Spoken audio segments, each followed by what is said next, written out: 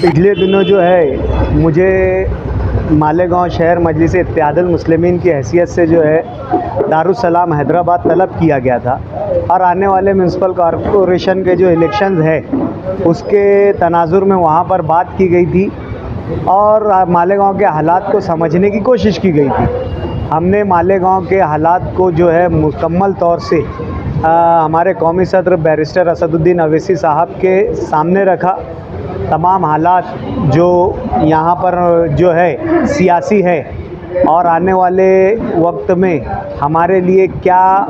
मुतवक्के जो है गठबंधन हो सकता है, किन लोगों से हो सकता है, किन हालात में हो सकता है, उन तमाम बातों को जो है हमने जो हमारे कौमी सदर के सामने पेश किया।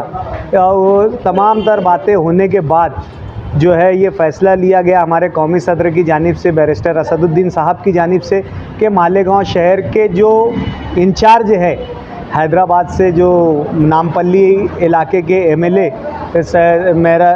महराज हुसैन जाफ़र साहब, जो कि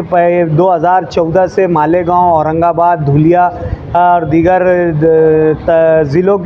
के इंचार्ज है, उन्हें जो है मुबस्सिर की हैसियत से, ऑब्ज़र्वर की हैसियत से या इंचार्ज की हैसियत से उन्हें भेजने का जो फ़ैसला वहाँ पर हमारी जो मीटिंग बैरिस्टर असदुद्दीन अवैसी साहब के साथ हुई थी उसमें तय पाया था। उस प्रोग्राम के तहत जो है आज मैं सैयद जाफ़र हुसैन महराज साहब का यहाँ पर आना हुआ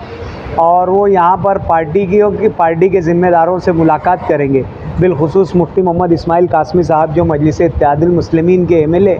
उनसे मुलाकात करेंगे, हालात पर जो है वो तबादला ख़याल करेंगे। उसके बाद जो असम्बली इलेक्शन में जिन हज़रात ने